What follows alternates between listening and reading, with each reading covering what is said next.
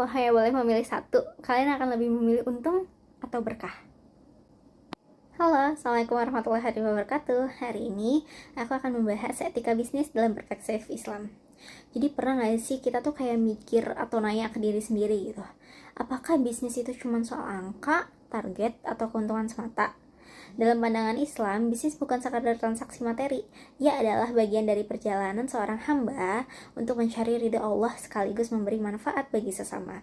Rasulullah Shallallahu Alaihi Wasallam bersabda bahwa pedagang jujur kelak akan bersama para nabi, orang-orang siddiq, dan para syuhada di hari kiamat. Ini menunjukkan bahwa bisnis ketika dijalankan dan dengan nilai yang benar dapat menjadi bentuk ibadah.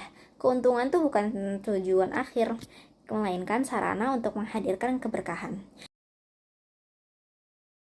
Dalam etika bisnis Islam, ada 4 pilar utama yang harus dipegang teguh. Yang pertama adalah kejujuran. Seorang pelaku usaha nggak boleh nyembunyiin cacat produk atau memanipulasi informasi demi keuntungan sesaat. Kejujuran emang mungkin terasa berat di awal, tapi ia bakal membuat fondasi kepercayaan di jangka panjang. Yang kedua adalah amanah. Kepercayaan pelanggan bukan sekedar hubungan bisnis, melainkan kehormatan diri yang harus dijaga. Ketika seseorang diberi amanah, maka di situ integritasnya diuji. Yang ketiga adalah keadilan. Islam menolak segala bentuk eksploitasi dan kezaliman. Dalam setiap transaksi, tidak boleh ada pihak yang dirugikan secara sepihak, baik penjual, pembeli, maupun mitra usaha. Yang keempat, larangan riba dan gharar. Islam menekankan kejelasan dalam transaksi dan menolak sistem bunga yang memberatkan secara praktik spekulatif yang penuh tidak kepastian. Kejelasan adalah kunci ketenangan dalam berbisnis. Lebih dari sekedar prinsip, etika bisnis Islam juga tercermin dari sikap dan karakter pelakunya. Seseorang pengusaha yang muslim memulai usahanya dengan niat yang ikhlas, bersabar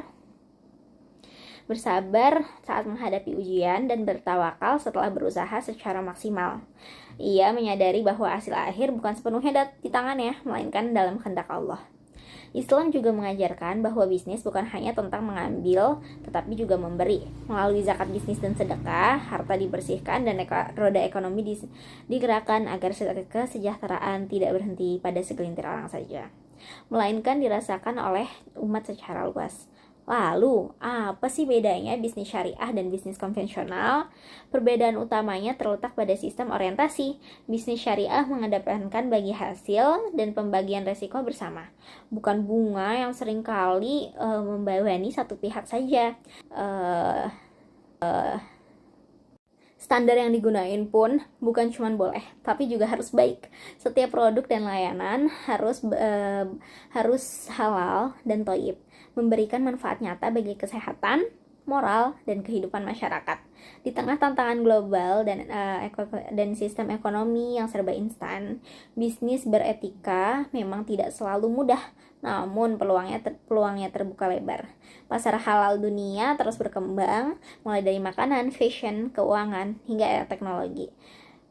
Konsumen masa kini semakin cerdas dan peduli pada integritas. Mereka mencari bisnis yang tidak hanya menguntungkan, tapi juga bernilai.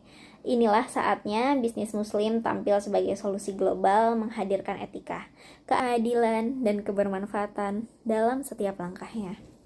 Pada akhirnya, kita perlu mengingat satu hal yang penting.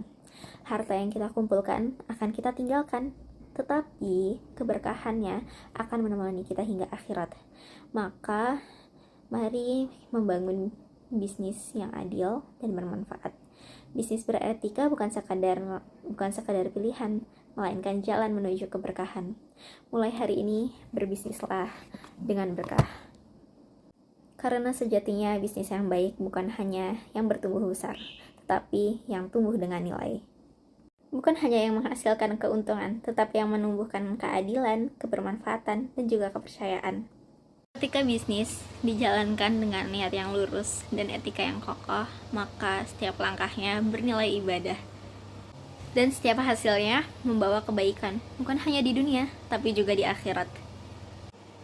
Saya doakan semoga semua usaha yang kita bangun bisa menguatkan sesama dan mendekatkan diri kita kepada Allah. Mungkin hanya sekian penyampaian dari saya. Terima kasih sudah mendengarkan. Wassalamualaikum warahmatullahi wabarakatuh.